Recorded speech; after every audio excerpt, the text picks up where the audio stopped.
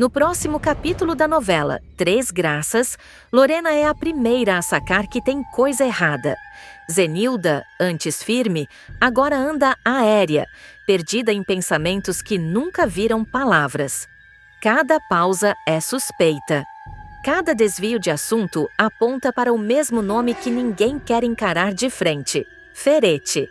Para Lorena, já ficou claro, não é drama, é segredo engasgado. Antes de continuar, clique no botão de gostei, se inscreva no canal e comente de qual cidade você assiste a novela. Enquanto isso, longe dali, Lena resolve bancar a imprudente. Ignora as ordens de Samira e se aproxima de Joely. A conexão entre as duas nasce do reconhecimento da dor alheia. Só que mexer com feridas escondidas costuma cobrar caro. E essa aproximação pode acender um incêndio silencioso. Arminda, por sua vez, entra em curto-circuito com Raul. O filho questiona, provoca, chega perto demais de verdades que ela prefere varrer para baixo do tapete. A irritação dela não é autoridade, é medo. O confronto entre os dois fica tenso, pesado, cheio de indiretas que dizem tudo sem dizer nada. Paulinho também sente que o chão está cedendo. Gerluce mudou desde o assalto, mais tensa, mais fechada, mais acuada. Ele pressiona, cobra explicações, mas ela foge. Até que entende que não dá mais para segurar sozinha e procura Josefa. A confissão vem carregada de pavor. Os problemas são grandes, urgentes e prestes a explodir. Juquinha entra no jogo com faro afiado. Ela estranha a postura do delegado Jairo, que parece fazer força para não investigar o assalto na casa de Arminda. Para Juquinha, está óbvio, isso não é falha, é blindagem. E quando a lei protege demais, alguém poderoso está no centro da história. Fechando o capítulo, Rogério fala pouco e assusta muito. Em tom gelado, avisa Cláudia: o tempo acabou. Arminda e Ferete vão pagar a conta, sem desconto, sem conversa. Jorginho passa mal e vê a morte chegar. O ex-presidiário caminha para possível redenção antes do fim na trama. Os próximos capítulos de Três Graças prometem fortes emoções com o agravamento do estado de saúde de Jorginho. Com uma sentença de morte praticamente decretada, o ex-presidiário começará a sentir o peso do tempo escorrendo pelos dedos e verá o fim cada vez mais próximo. A doença terminal, que ele sempre afirmou carregar como uma sombra constante, deixará de ser apenas um discurso e passará a se manifestar de forma assustadora.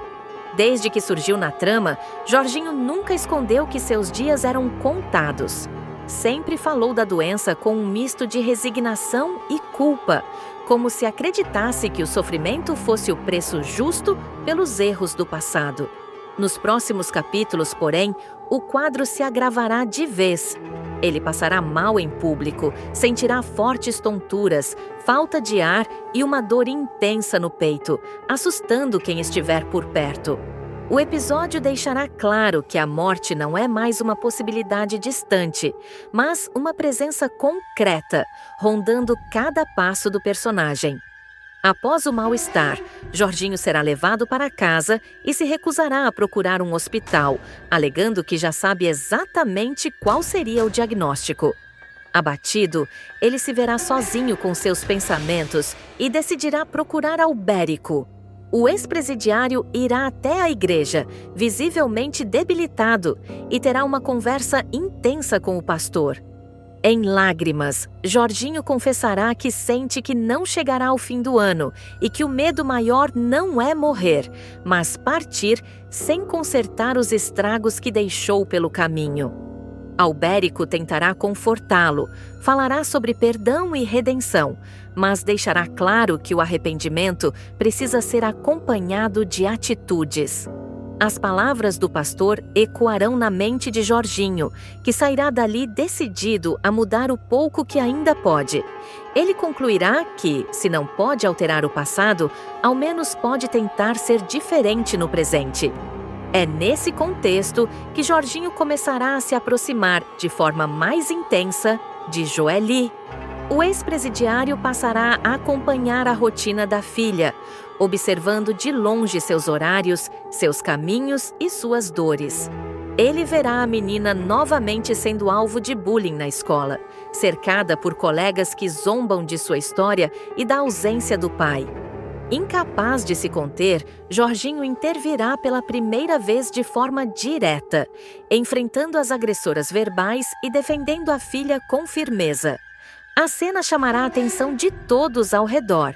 Joelle ficará surpresa, sem saber como reagir diante daquele homem que sempre foi uma ausência dolorosa. Mesmo confusa, ela sentirá pela primeira vez que não está completamente sozinha. O gesto mexerá profundamente com Jorginho, que perceberá o quanto perdeu ao se afastar da filha durante tantos anos. Em seguida, decidido a ir além, Jorginho resolverá procurar a professora de Joelle.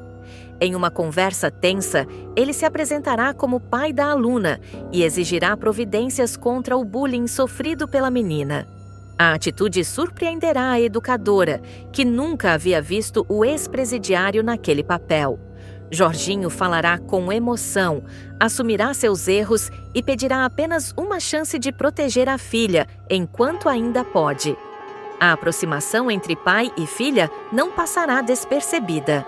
Lígia ficará chocada ao ver Jorginho acompanhando Joelle, demonstrando cuidado e atenção. A mulher perceberá que algo mudou drasticamente no comportamento dele e comentará com outras pessoas sobre a transformação inesperada.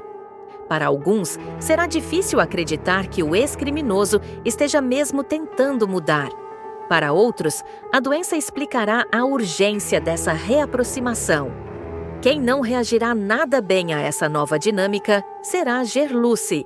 Ao saber que Jorginho está se aproximando cada vez mais de Joelle, a cuidadora ficará tomada por revolta e medo. As lembranças do passado aterrorizante voltarão com força total.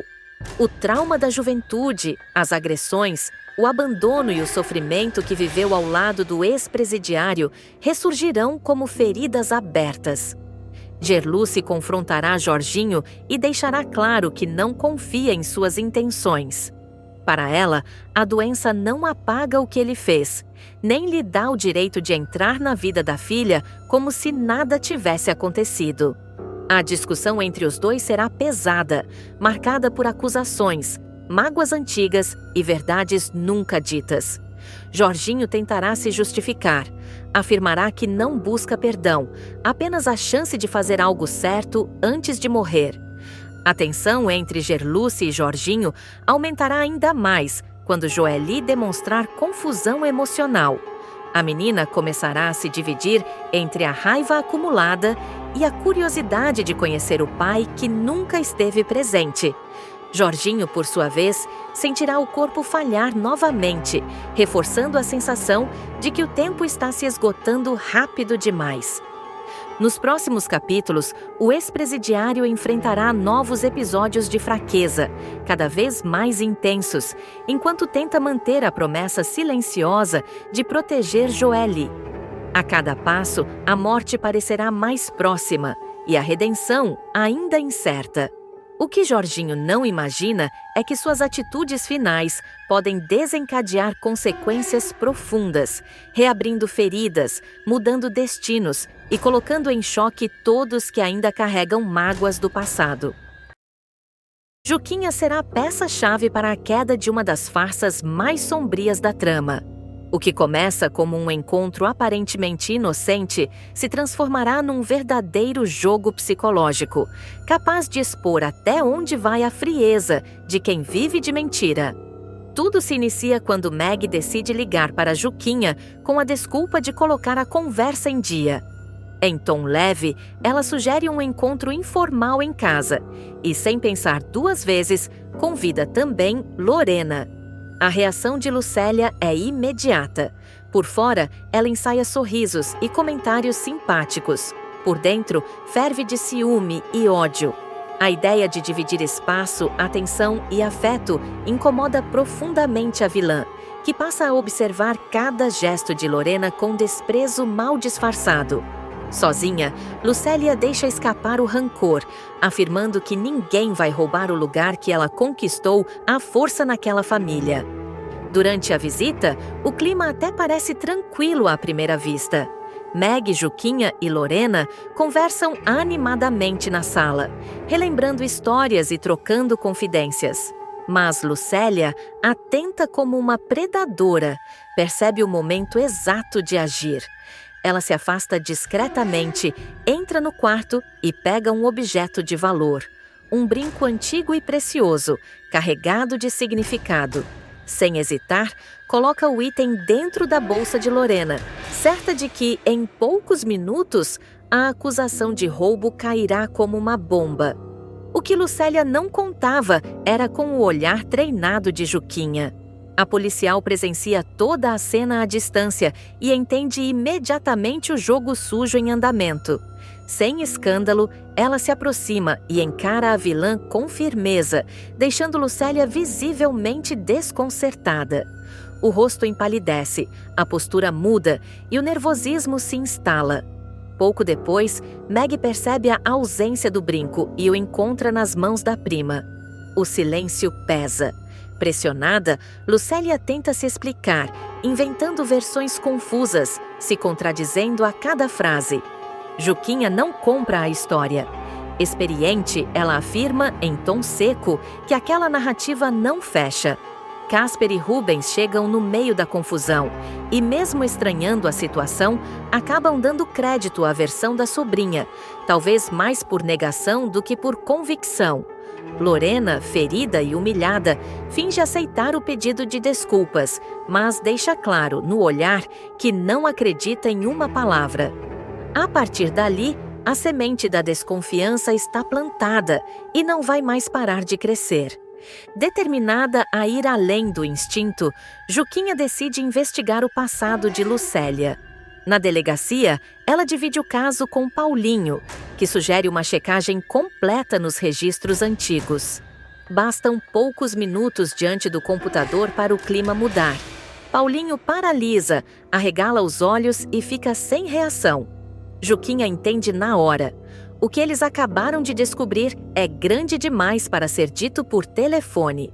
Sem perder tempo, ela liga para Meg e avisa que precisa falar pessoalmente com urgência. Enquanto isso, na casa, Meg começa a juntar peças soltas. Inquieta, ela questiona Casper sobre o passado da prima. O pai, visivelmente desconfortável, admite que não via o irmão nem a sobrinha desde a infância da filha. Confessa que sempre houve distanciamento, segredos e silêncios estranhos naquela parte da família. Algo que, por conveniência ou dor, ele preferiu nunca aprofundar. Pouco depois, Juquinha chega e pede que todos permaneçam reunidos. O clima pesa. Lucélia tenta quebrar a tensão com piadas de gosto duvidoso, insinuando um suposto envolvimento entre Meg e a policial. A tentativa de deboche é cortada na hora. Juquinha muda o tom, fica séria e encara diretamente a vilã. Sem rodeios, ela a chama pelo nome verdadeiro, Rosana. O impacto é devastador. Casper empalidece ao ouvir o nome da sobrinha que acreditava estar morta há anos. Meg e Rubens ficam completamente perdidos, tentando entender o que está acontecendo. Lucélia, ou melhor, Rosana, perde o controle emocional. A máscara cai. O castelo de mentiras começa a desmoronar ali, diante de todos, sem chance de reconstrução.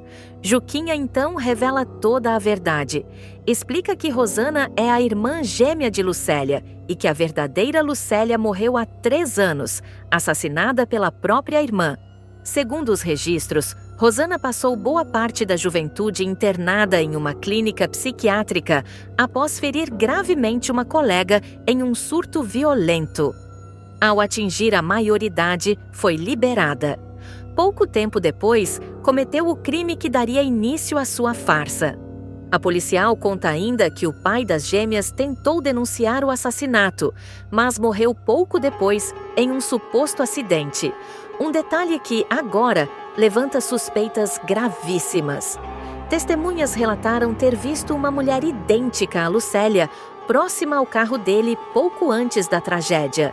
A coincidência deixa de ser coincidência. Casper, devastado, entende que trouxe uma criminosa para dentro de casa. Deu abrigo, confiança e proteção a alguém capaz de matar a própria irmã.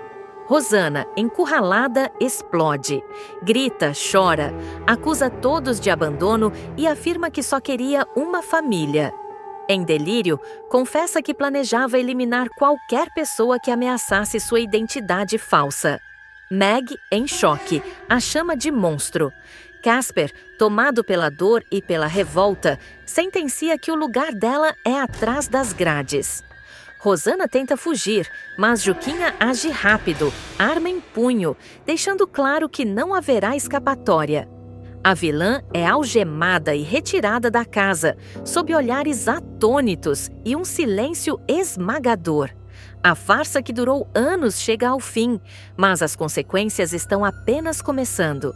Após a prisão, Meg começa a ligar os pontos e percebe que Rosana provavelmente também armou contra Júnior, assim como tentou fazer com Lorena. Casper e Rubens concordam, entendendo que muitas injustiças do passado finalmente ganham explicação. Tomados pelo remorso, os três decidem procurar Júnior para encarar o passado e tentar reparar os erros.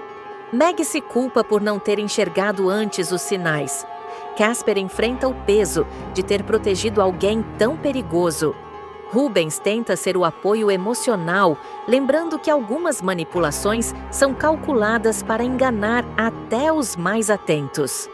Já Juquinha, de volta à delegacia, sente que evitou uma nova tragédia, mas sabe que nem todas as feridas cicatrizam rápido. E enquanto a verdade começa a emergir, uma pergunta passa a ecoar. Até onde vão as consequências das mentiras de Rosana? E quem mais ainda será atingido quando o passado for completamente desenterrado nos próximos capítulos? Arminda será tragada para o epicentro de uma das reviravoltas mais cruéis e humilhantes da novela. O castelo de mentiras que ela construiu ao longo de anos começará a ruir de forma implacável, justamente pelas mãos de quem menos esperava. Zenilda, cansada de ser subestimada, enganada e tratada como peça descartável, finalmente ligará os pontos de um quebra-cabeça que sempre esteve diante de seus olhos. E a verdade será devastadora. Tudo começará quando Zenilda perceberá atitudes estranhas de Ferete. Ligações interrompidas, saídas sem explicação, mudanças bruscas de humor e, principalmente, um cuidado excessivo ao falar de Arminda. O nome da rival surgirá em conversas atravessadas, em silêncios desconfortáveis e em justificativas mal encaixadas. Zenilda, que já não é mais a mulher ingênua do passado, decidirá investigar por conta própria, movida por uma mistura de desconfiança e indignação. É nesse momento que Raul, o próprio filho de Arminda, entrará em cena como peça-chave dessa engrenagem explosiva. O rapaz, que sempre carregou conflitos mal resolvidos com a mãe, passará a observar comportamentos estranhos dentro da própria casa. Raul perceberá visitas fora de hora, portas trancadas, sussurros e uma tensão no ar que não combina com encontros casuais. Aos poucos, ele juntará provas silenciosas, ouvindo conversas pela metade, flagrando olhares e confirmando o que ninguém ousava dizer em voz alta. Convencido de que há algo muito errado, Raul procurará Zenilda. A conversa entre os dois será tensa, carregada de ressentimento e revelações dolorosas. Raul abrirá o jogo e afirmará, sem rodeios, que Ferete e Arminda mantêm um caso às escondidas. Zenilda, em choque, exigirá provas. Ela não aceitará suposições. Quer fatos, quer certezas, quer o golpe final que destrua de vez o império de mentiras do marido. E a prova virá no pior momento possível para Arminda e Ferete. No dia em que Ferete decidirá ir até a casa de Arminda, acreditando estar seguro, o destino conspirará contra ele. Raul fará que a ligação mais cruel de sua vida. Do outro lado da linha, Arminda atenderá sem imaginar que cada palavra será uma sentença. Raul falará com frieza calculada. Zenilda pode vir agora. O seu marido já está no quarto com a minha mãe.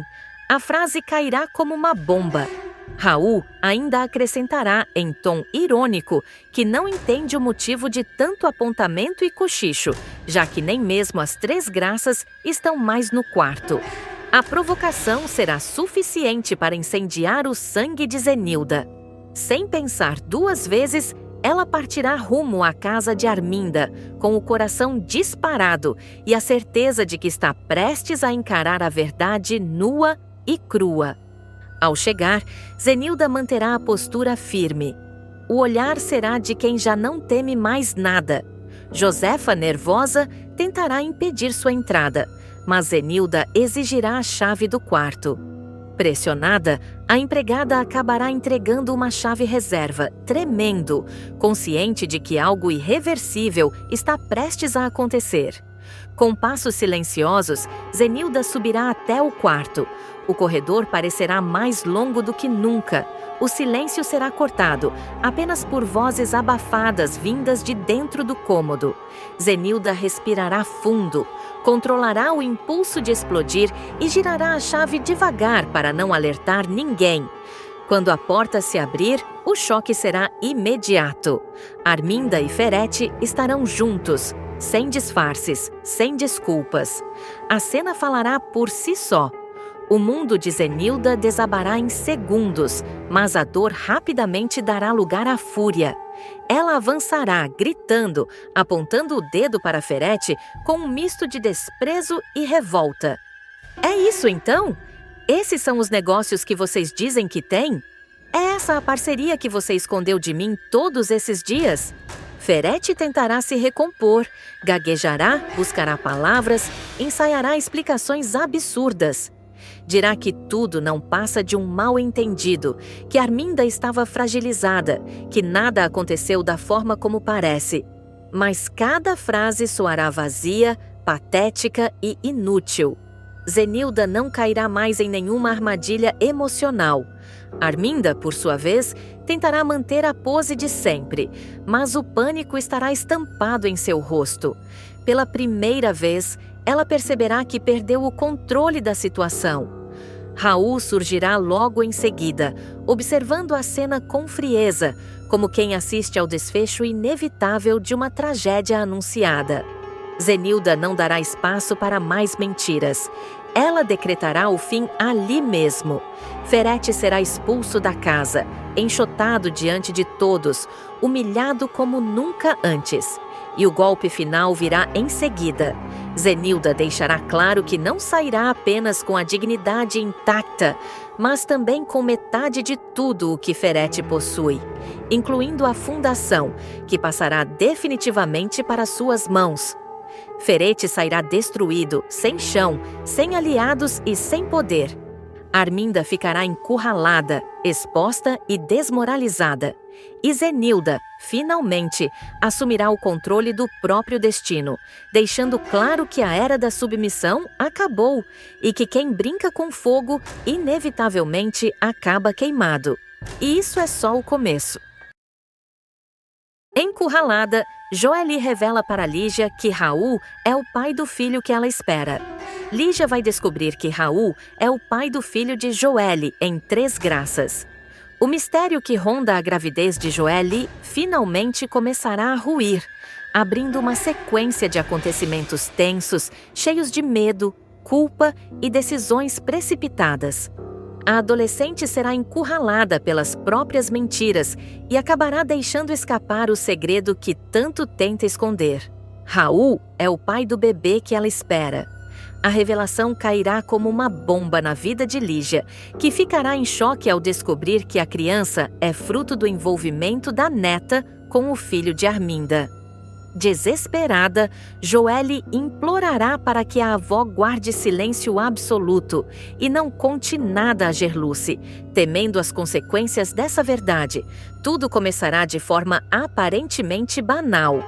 Tentando retomar a rotina, Joelle voltará à escola, fingindo normalidade, apesar do turbilhão que vive por dentro.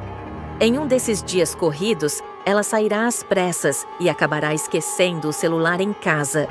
Lígia, ao encontrar o aparelho jogado sobre a cama, ouvirá o som insistente de uma notificação. Curiosa e desconfiada, ela verá uma mensagem enviada por Raul. O nome acenderá um alerta imediato na cabeça da avó, que estranhará a intimidade da conversa e o tom das palavras. Sem conseguir ignorar o que viu, Lígia decidirá levar o celular até a escola para entregar à neta. No caminho, 1000 pensamentos passarão por sua cabeça. Ao encontrar Joelle, a avó não conseguirá se conter e, ainda no pátio, a puxará para um canto, questionando diretamente sobre a troca de mensagens com Raul. Joelle tentará desconversar, ficará visivelmente nervosa, gaguejará e dirá que não é nada demais, apenas conversas sem importância. Percebendo o clima pesado, Jorginho surgirá tentando aliviar a tensão. Ele dirá que Raul é apenas um rapaz da igreja, alguém próximo da família, tentando diminuir a situação e afastar qualquer suspeita maior. Por alguns instantes, Lígia até tentará acreditar nessa versão, mas algo no comportamento da neta não baterá. O olhar baixo, as mãos trêmulas e o silêncio prolongado denunciarão que há muito mais por trás daquela história. A situação ficará ainda mais delicada quando Kellen, sem perceber a dimensão do que está prestes a causar, acabará deixando escapar a verdade. Em uma conversa atravessada, ela comentará algo sobre Raul e Joelle, que fará Lígia ligar todos os pontos. A partir desse momento, a desconfiança da avó se transformará em certeza e ela decidirá ir até o fim para descobrir o que está sendo escondido dentro de sua própria casa. Determinada, Lígia passará a observar cada movimento da neta. Em um momento em que Joelle sair para resolver algo, a avó entrará em seu quarto e começará a revirar gavetas, bolsas e objetos pessoais. Entre exames, papéis escondidos e anotações, ela encontrará indícios claros da gravidez e da ligação direta com Raul. O coração de Lígia baterá acelerado, misturando indignação, tristeza e preocupação. O flagra acontecerá quando Joelle voltar para casa mais cedo do que o esperado e pegar a avó com seus pertences espalhados pela cama. O choque será imediato. Sem ter mais como fugir, a adolescente desabará em lágrimas. Em uma cena carregada de emoção, ela confessará tudo.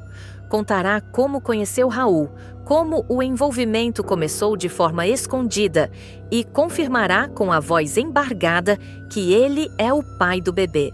Tomada pelo medo, Joelle implorará para que Lígia não revele nada a Gerluce, dizendo que não suportaria enfrentar a reação da mãe. A revelação deixará Lígia profundamente abalada.